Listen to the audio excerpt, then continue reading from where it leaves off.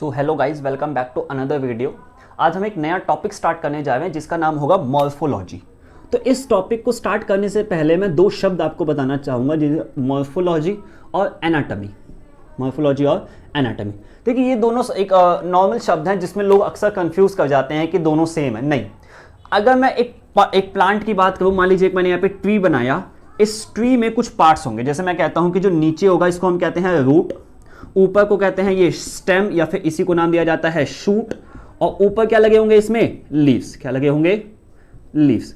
चलिए अब देखिए होता क्या है कि रूट, स्टेम, लीफ, साथ में फ्लावर्स, इन सबको आप बाहर से देख सकते हैं, एक ट्री में बाहर से देख सकते हैं। लेकिन आपने छोटी क्लासेस में पढ़ा होगा जाइलम और फ्लोएम होते हैं प्लांट्स के वेस्कुलर टिश्यू। इनका काम होता है फूड और वाटर के ट्रांसपोर्ट में हेल्प करना। क्या आप जाइलम और फ्लोएम को बाहर से देख के बता सकते हो कि ये जाइलम, ये फ्लोएम? जी नहीं। आपको जाइलम और फ्लोएम देखने के लिए स्लाइस बनानी पड़ेगी, उसको माइक्रोस्कोप के अंदर ऑब्जर्व करना पड़ेगा। यानी कि आप कुछ स्ट्रक्चर्स को बाहर से देख सकते हैं, उनको हम कहते हैं मॉर्फोलॉजिकल स्ट्रक्चर्स। उनकी स्टडी को क्या कहते हैं? मॉर्फोलॉजी। यानी अगर आप किसी भी चीज की स्टडी बाहर से देख के कर सकते हैं तो उसको कहेंगे अपन मॉर्फोलॉजी। एक्सटर्नल स्टडी, मॉर्फोलॉजी क्या होती है?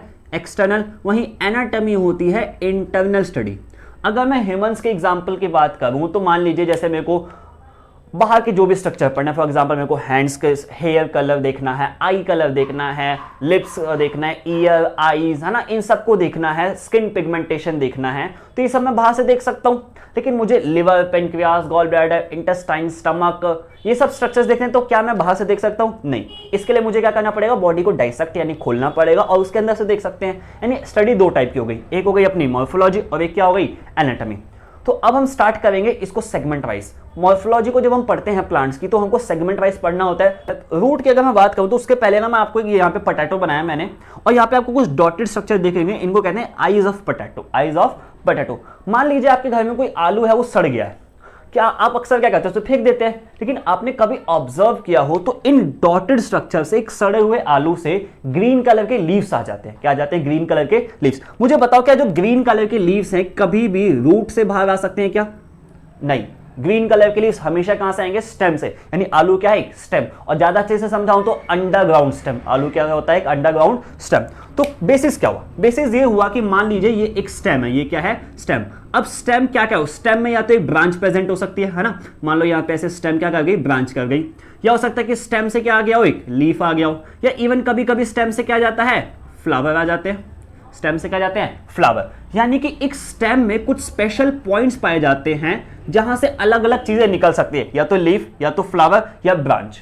वो पॉइंट्स जहां से ये सब चीजें निकलती है, इन पॉइंट्स को हम कहते हैं नोड्स। क्या कहते हैं? नोड्स। एक नोड ये हो गया, नोड ये भी हो गया, और ये भी नोड हो गया। और मान लीजिए कि अगर ये स्टेम है, अब ये भी नोड है और ये भी नोड है, यानी एक लीफ यहां से निकला हुआ है और एक लीफ यहां से निकला हुआ है, तो इन दोनों के बीच में जो गैप बच गया है ना, इन दोनों के बीच में जो गैप बच गया, इस गैप को हम क्या कहते हैं? इंटरनोड। क्या कहते हैं? इंटरनोड। कोई सोचेगा कि भैया इंट्रानोड क्यों नहीं कह रहे? तो इंटर और इंट्रा के बीच का जो डिफरेंस है वो मैंने आपको टिश्यू वाली वीडियो में बताया था, आप जरूर जाके उस वीडियो को देखें, लिंक में मैं डिस्क्रिप्शन डाल दूंगा। ठीक है जी, शायद मैंने उल्टा बोल दिया, डिस्क्रिप्शन में मैं लिंक डाल दूंगा, सॉरी। चलिए आगे बढ़ते हैं। तो यानी कि हमने क्या कहा कि नोड्स और इंटर नोड सिर्फ और सिर्फ मिलेगी हमेशा स्टेम में। किस में मिलेंगे? स्टेम में। और यही किसी भी चीज को पहचानने का तरीका भी है। जी हाँ दोस्तों, अगर आपको पहचानना है कि आपके सामने कोई चीज पड़ी है, वो रूट है या स्टेम है, क्योंकि आप नॉर्मली आलू अंदर से आया तो लोगों के दिमाग में क्या होता है कि जो भी चीज ग्राउंड के नीचे से आई वो क्या होगी? रूट, और जो भी चीज ग्राउंड के ऊपर है वो क्या होगी? स्टेम। जी नहीं, पहचानने का तरीका हमेशा क्या होगा? नोड्स और इंटरनोड। नोड्स और इंटरनोड। किसी भी चीज में नोड इंटरनोड मिले तो वो क्या हो जाएगा? स्टेम। ना मिले तो वो कुछ भी हो सकता है, रूट भी हो सकता है और भी कुछ भी हो सकता है। तो अपन स्टार्ट करते हैं जनरल स्ट्रक्चर्स ऑफ, मतलब जनरल फीचर्स ऑफ ना, रूट के जनरल फीचर्स की मैं बात करता हूं। तो रूट का अगर मैं एक टिपिकल शेप बनाऊं तो जो रूट होती है वो अक्सर कैसी होती है? ऐसी। और इस शेप को हम क्या नाम देते हैं? Cylindrical shape. शेप कैसी हो गई? सिलेंड्रिकल। अभी मैंने क्या कहा कि अच्छा एक बात और, कि रूट अक्सर, हमेशा नहीं, अक्सर कहां में मिलती है? ग्राउंड के नीचे। रूट अक्सर कहां पे मिलती है? ग्राउंड के नीचे। यानी it is below the ground. It is below the ground, है ना। अब ये ऑलवेज नहीं है, ये ऑलवेज नहीं है, ये अक्सर होगा। चलिए अगली बात करें तो एक चीज है जो ऑलवेज है, वो क्या है, नोड्स और इंटरनोड्स हमेशा एब्सेंट होंगे। नोड्स हो चाहे इंटरनोड, ये हमेशा क्या होंगे, रूट में एब्सेंट। नोड्स और इंटरनोड्स आर एब्सेंट। इसके बाद क्या कह सकते हैं, चलो एक एग्जांपल लेके बताता हूं कि मान लो ये एक ट्री है यहां पे, है ना, और नीचे ये रूट्स है, इसमें नीचे क्या है, रूट्स। अब हमें पता है कि यहाँ पे क्या होगा, सन मान लो, और सन के लिए इससे जो भी लाइट आती है उसके लिए वर्ड क्या यूज करते हैं हम, फोटो। क्या वर्ड यूज करते हैं, फोटो। और हमें पता है नीचे क्या लगती है हमेशा, ग्रेविटी, और ग्रेविटी के लिए वर्ड क्या यूज करते हैं, जियो। क्या वर्ड यूज करते हैं, जियो। अब जो रूट्स है वो ग्रेविटी की टुवर्ड्स जा रही है, ग्रेविटी के कहां जा रही है, टुवर्ड्स, यानी उनके साथ साथ, जबकि लाइट ऊपर है और रूट कहां जा रही है, नीचे, यानी लाइट से कहां जा रही है, अवे, ग्रेविटी के साथ साथ और लाइट से अपोजिट। तो हम क्या लिखेंगे, अच्छा एक वर्ड और से कहते हैं ट्रॉफिक, और ट्रॉफिक का मतलब होता है मूवमेंट। ट्रॉफिक का मतलब क्या होता है, मूवमेंट। चलिए मैं बताता हूं कैसे लिखेंगे। अगर ये ग्रेविटी के साथ जा रही है यानी कि पॉजिटिवली जियोट्रॉफिक, और अगर वो लाइट से अवे जा रही है, ऊपर लाइट है और ये नीचे जा रही है, तो क्या कहेंगे, नेगेटिवली फोटोट्रॉफिक। Negatively phototrophic. तो ये कुछ जनरल बातें हुई किसके बारे में, रूट्स की। अब हम देखते हैं फंक्शंस ऑफ रूट। इसके अगर मैं बात करूं तो एक सिंपल सा फंक्शन जो सब जानते हैं कि रूट का काम क्या होता है, वाटर एंड मिनरल्स का absorption. Water and mineral absorption, है ना, नीचे से वाटर मिनरल्स को उठाने का काम किसका होता है, रूट का एब्जॉर्प्शन। वाटर एंड मिनरल का एब्जॉर्प्शन किसका काम होता है, रूट का। दूसरा फंक्शन, देखिए दूसरा फंक्शन मैं समझाने की कोशिश करता हूं कि मान लो ये एक पिलर खड़ा है, ये क्या है, एक पिलर। अब आपने देखा होगा कि अगर ये ग्राउंड है और ये पिलर है तो हम क्या करते हैं, इसको थोड़ा नीचे लगाते हैं। क्या लगाते हैं, थोड़ा नीचे, ताकि ये सपोर्ट मिले, ताकि ये गिवे ना। ऑब्वियसली यहाँ पे कुछ मिट्टी पट्टे मतलब कुछ लगा हुआ है, तो यानी अगर हवा आई तेज या तूफान आया तो ये गिरेगा नहीं, क्योंकि इसे नीचे से क्या मिला हुआ है, सपोर्ट। क्या मिला हुआ है, सपोर्ट। इसको हम कहते हैं एंकर। यानी रूट क्या प्रोवाइड कराती है एक ट्री को, एंकर। क्या प्रोवाइड कराती है, anchorage, provide anchorage to the plant या ट्री। तीसरा काम की बात करूं तो मैं होता क्या है कि जैसा what is the function of leaf, photosynthesis. What is photosynthesis, food formation, खाना बनाने वाले प्रोसेस को कहते हैं फोटोसिंथेसिस। अब जो खाना बना वो बना लीफ में, लेकिन वो स्टोर होता है आके कहां पे, रूट्स में। कहां पे होता है, रूट्स में। तो रूट्स में क्या एक काम क्या होता है, स्टोरेज ऑफ फूड। रूट का काम क्या होता है, स्टोरेज ऑफ फूड। नेक्स्ट, इसका एक और फंक्शन होता है, इसके लिए भी एक छोटी सी बात जानते हैं। अच्छा मुझे बताओ कि हमारी बॉडी में कंट्रोलिंग सिस्टम कौन सा, पूरी बॉडी को कंट्रोल कौन करता है, ब्रेन। कौन करता है, ब्रेन। या ज्यादा शब्द अच्छा कहें तो सीएनएस, सेंट्रल नर्वस सिस्टम। क्या आपको पता है कि नर्वस सिस्टम के अलावा भी एक और सिस्टम होता है जिसे हम कहते हैं एंडोक्राइन सिस्टम, और एंडोक्राइन सिस्टम से निकलते हैं हार्मोन्स। बहुत सारे हार्मोन्स हमारी बॉडी में, टेस्टोस्टेरोन, एस्ट्रोजन, प्रोजेस्टेरोन, इंसुलिन, है ना, बहुत सारे हार्मोन्स लाइन से। उन हार्मोन्स का काम क्या होता है, उनका काम होता है मैसेज देना। उनका काम क्या होता है, मैसेज देना। सेम चीज यहां पे भी प्लांट्स में मिलते हैं हार्मोन्स, और उनको हम कहते हैं पीजीआर। क्या कहते हैं, पीजीआर। पीजीआर की फुल फॉर्म बोलूं तो प्लांट ग्रोथ रेगुलेटर्स। क्या होती है, प्लांट ग्रोथ रेगुलेटर। और ये बनाती कौन है, रूट। बनाती कौन है, रूट। तो रूट का एक काम क्या हो गया, सिक्रीशन ऑफ पीजीआर। तो 4 function, water mineral absorption, anchorage support देना, स्टोरेज ऑफ फूड, और पीजीआर को सिक्रीट करना। पीजीआर के लिए एक शब्द और यूज करते हैं, फाइटो हार्मोन्स, क्योंकि ये 5 होते हैं। क्योंकि ये कितने होते हैं, 5 अगर आपको नाम जानने हैं तो ऑक्सिन, जिबरेलिन, साइटोकाइंस, इथाइलिन और एब्सिसिक एसिड। इसमें जो इथाइलिन होते हैं ये गैसियस पीजीआर होता है। ठीक है, वो अपन कभी नेक्स्ट वीडियो में कोई आगे वीडियो बनाऊंगा तो उसमें बस समझा दूंगा। फिलहाल हमने 2 चीज जानी, रूट के जनरल फीचर्स और रूट के फंक्शंस। अब आगे बात करता हूं। तो देखिए अगर मैं टाइप्स की बात करूं तो उसके पहले ऑब्वियसली एक बेसिक की बताता हूं कि मान लो ये एक सीड है। ये क्या है, एक सीड। अब सीड का वो पार्ट जो नीचे होता है इसे हम कहते हैं रेडिकल। क्या कहते हैं, रेडिकल। अब ऊपर जो पार्ट है इसे हम कहते हैं प्लिम्यूल। क्या कहते हैं जी, प्लिम्यूल। आपको ऐसे कुछ याद रखना पड़ेगा कि आर फॉर रेडिकल और आर फॉर रूट। यानी रेडिकल आगे जाके क्या डेवलप कराएगा, रूट, और जो प्लिम्यूल है वो आगे जाके क्या डेवलप कराएगा, शूट या फिर स्टेम। ऐसे याद रखना है आपको। अब अगर मैं टाइप्स ऑफ रूट के पे आता हूं तो मान लो ये ग्राउंड लेवल है ना, यहां पे एक सीड था और ये क्या है उसका रेडिकल। अब रूट को निकलना तो चाहिए रेडिकल से ही, और यहां पे हुआ भी ऐसा। यहां पे ऐसे एक रूट निकली और इस रूट को हमने नाम दिया प्राइमरी रूट। क्या नाम दिया, प्राइमरी रूट। आपको पता होना चाहिए कि 1 डिग्री का मतलब होता है प्राइमरी, 2 डिग्री का मतलब होता है सेकेंडरी, और 3 डिग्री का मतलब होता है टर्शरी, है ना। ये आपको फिजिक्स, केमिस्ट्री, बायो सब जगह काम आएगा, 1 डिग्री, 2 डिग्री और 3 डिग्री हैं। तो अब हुआ क्या, इस रूट ने डिवीजन बना दिए, यानी ये रूट आगे जाके क्या कर गई, डिवाइड। अब जैसे ही ये डिवाइड हुई तो जो रूट इसने बनाई उसको हम नाम देंगे सेकेंडरी रूट। क्या नाम देंगे, सेकेंडरी। अब ये सेकेंडरी आगे जाके फिर डिवाइड कर गई, अब इसने जो रूट बनाई इसको हम क्या नाम देंगे, टर्शरी रूट। क्या नाम देंगे, टर्शरी। और ऐसे डिवाइड होता जाएगा। तो यहां पे हुआ क्या है, रेडिकल से, अच्छा ये कौन सा पार्ट है, रेडिकल, ये क्या है, रेडिकल। तो रेडिकल से क्या निकली, प्राइमरी। प्राइमरी ने किसको बनाया, सेकेंडरी को, और सेकेंडरी ने किसको बनाया, टर्शरी को। नेक्स्ट बात करते हैं सेकंड केस। सेकंड केस में क्या होगा जी, कि मान लीजिए ये अब यहां पे रेडिकल था, ये क्या था, रेडिकल। ये जो रेडिकल है यहां से क्या निकली होगी, प्राइमरी रूट। लेकिन यहां पे जो प्राइमरी रूट होती है it is short lived, it is short lived. Short lived का मतलब क्या है, कि कुछ टाइम जिएगी उसके बाद क्या करेगी, मर जाएगी। अब होना तो ये चाहिए था कि प्राइमरी से सेकेंडरी, सेकेंडरी से टर्शरी। अब यहाँ पे सेकेंडरी रही ही नहीं तो ये तो हट जाएगी, तो मैं इसको हटा नहीं रहा हूं क्योंकि ताकि वो खत्म ना हो जाए। तो प्राइमरी इज शॉर्ट लिव्ड।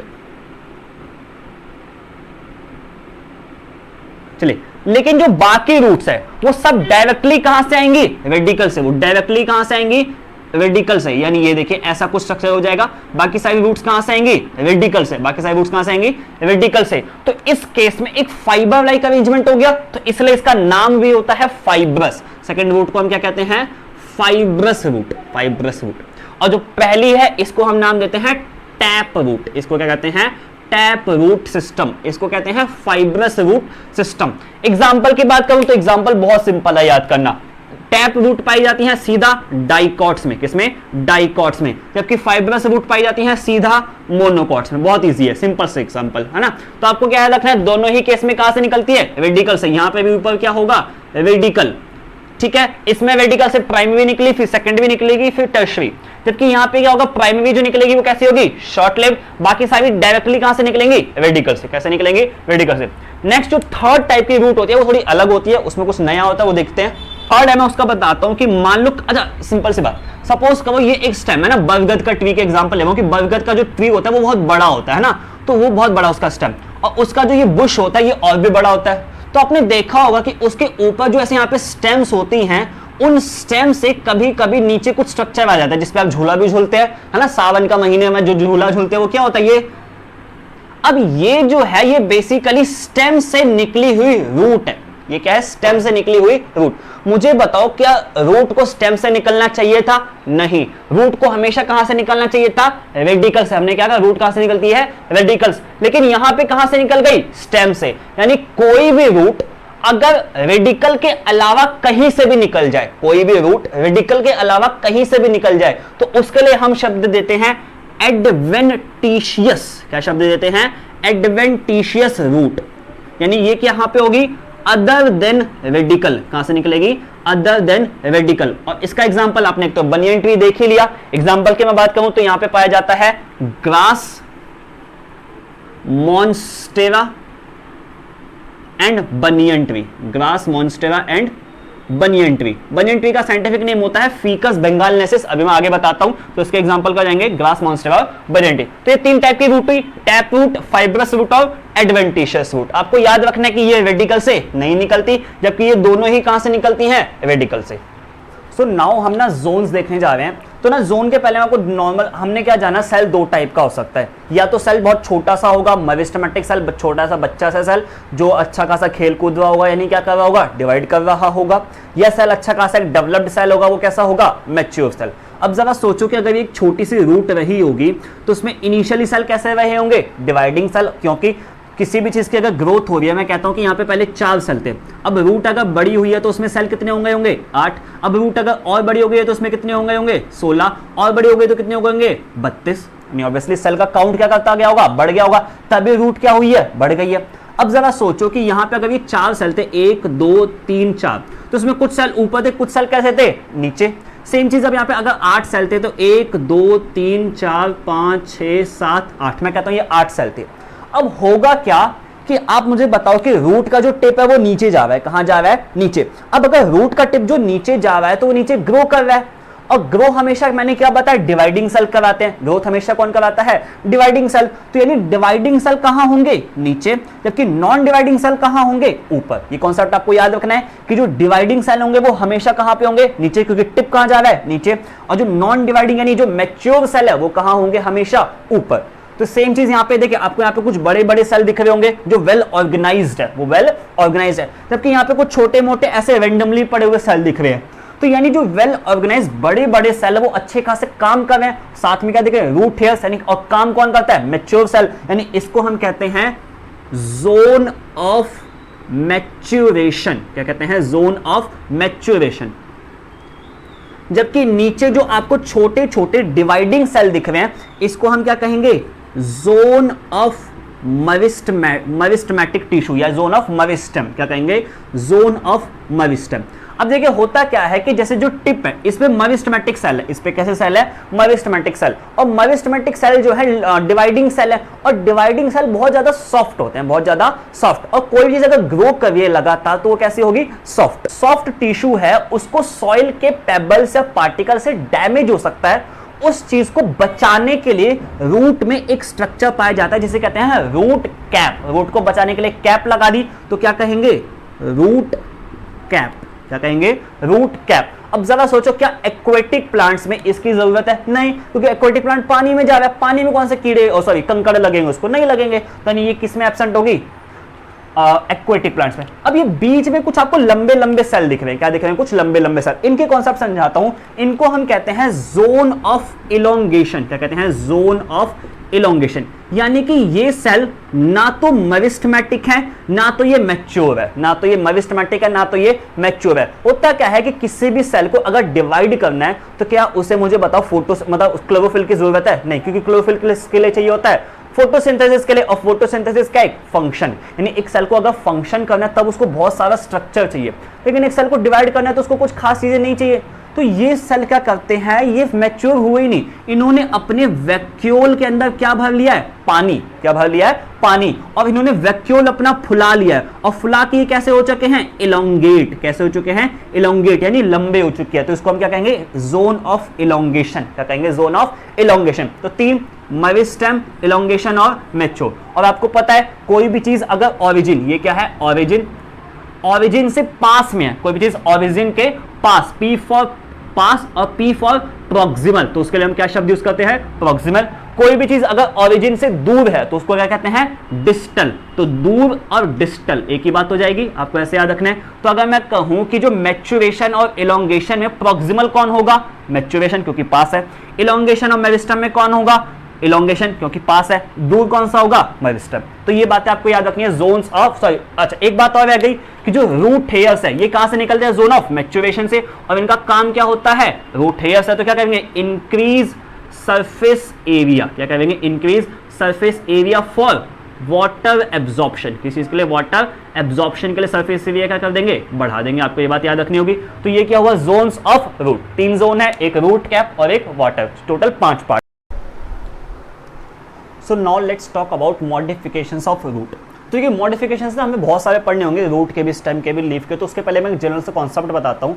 कोई भी चीज अगर अपना मेन काम छोड़ के कोई दूसरा काम करने लग जाए तो उस चीज को हम कहेंगे मॉडिफिकेशंस। क्या कहेंगे, मॉडिफिकेशंस। रूट का मेन काम है वाटर एब्जॉर्प्शन। अगर रूट वाटर एब्जॉर्प्शन के अलावा कुछ भी कर रही है तो उसको मैं कहूंगा मॉडिफिकेशंस। अपन को हमारे वैसे बहुत सारे मॉडिफिकेशंस होते हैं, एनसीईआरटी में 4 हैं, अब हम 4 ही पढ़ेंगे। तो इसमें सबसे पहला होता है फॉर स्टोरेज। अगर जो रूट है वो खाना स्टोर करके मॉडिफाइड हो गया तो उसको क्या कहेंगे, फॉर स्टोरेज। जैसे कि आपको 3 एग्जांपल दिख रहा है, डायग्राम पे मत जाना प्लीज। एग्जांपल क्या है, carrot, radish, turnip. Carrot, radish और टर्निप। इवन स्वीट पोटैटो भी हो, सॉरी हाँ, इवन स्वीट पोटैटो भी होता है।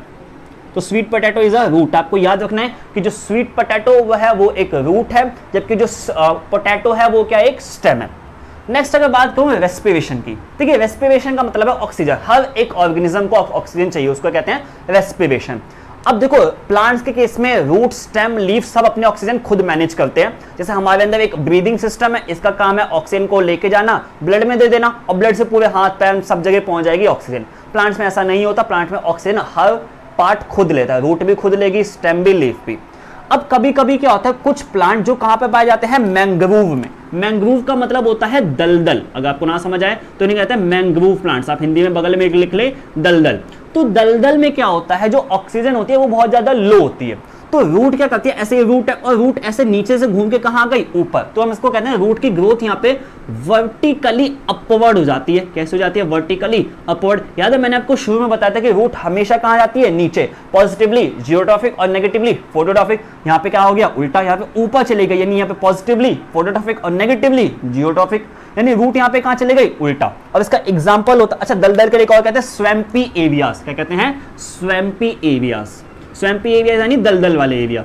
और इसका एग्जांपल होता है राइजोफोरा। आपको क्या याद रखना है, राइजोफोरा। इस प्लांट का नाम क्या है, राइजोफोरा। नेक्स्ट बात करते हैं प्रॉप रूट्स। देखिए जो प्रॉप रूट्स है और स्टिल्ट रूट, दोनों का काम है सपोर्ट देना। दोनों का ही काम क्या है, मैकेनिकल सपोर्ट देना। अब अगर मैकेनिकल सपोर्ट की मैं बात करता हूं, यानी कि देखिए मैंने ये पहले भी हम डिस्कस कर चुके हैं कि अब ये एक नॉर्मल ट्री है, अब इसका ये बहुत बड़ा है कि इतना सपोर्ट नहीं दे पा रहा, तो इसकी जो ये वाली स्टेम है यहां से क्या निकल आई, रूट, और वो कहां चली गई, जमीन में, और क्या काम करेगी, सपोर्ट का। एग्जांपल क्या आएगा इसका, बनियन ट्री। क्या हो जाएगा, बनियन ट्री। बनियन ट्री का आप चाहे तो साइंटिफिक नेम मैं यहां लिख देता हूं, इट इज फीकस, सॉरी गलत तरीका, हमेशा याद रखना है साइंटिफिक नेम कैसे लिखना है, ऐसे, फीकस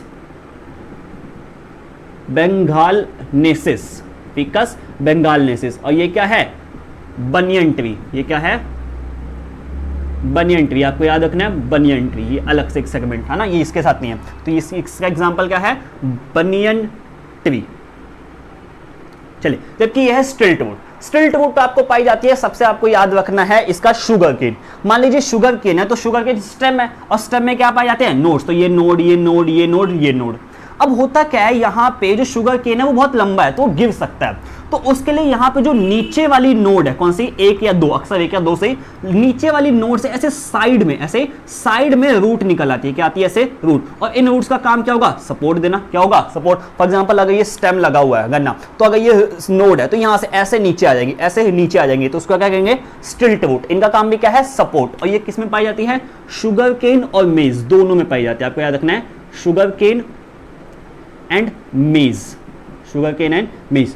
तो ये हुआ 4 मॉडिफिकेशंस, पहला स्टोरेज, सेकंड रेस्पिरेशन, और ये दोनों किसके लिए, सपोर्ट के लिए। तो यहाँ पे मैंने आज रूट वाले टॉपिक को एंड कर दिया। अगर आपको लगा हो कि कोई टॉपिक जो मतलब अच्छे से समझ में ना आए, तो प्लीज आप उस चीज को दोबारा देखें, क्योंकि टॉपिक बहुत सारे थे, इसलिए मैंने थोड़ा फास्ट करने की कोशिश किया। आप प्लीज उस टॉपिक को पीछे 10 या 20 सेकंड जाए और पीछे स्किप करके दोबारा देखें, तो आपको अच्छे से जरूर समझ में आएगा। अगर तो भी समझ ना आए तो प्लीज मेरे को कमेंट सेक्शन में बताएं कि आपको कौन सा पॉइंट समझ नहीं आया। आगे आने वाली किसी भी वीडियो में मैं उसको दोबारा एक्सप्लेन कर दूंगा। आपको वीडियो पसंद आई हो तो प्लीज इस वीडियो को लाइक करें। Thank you so much.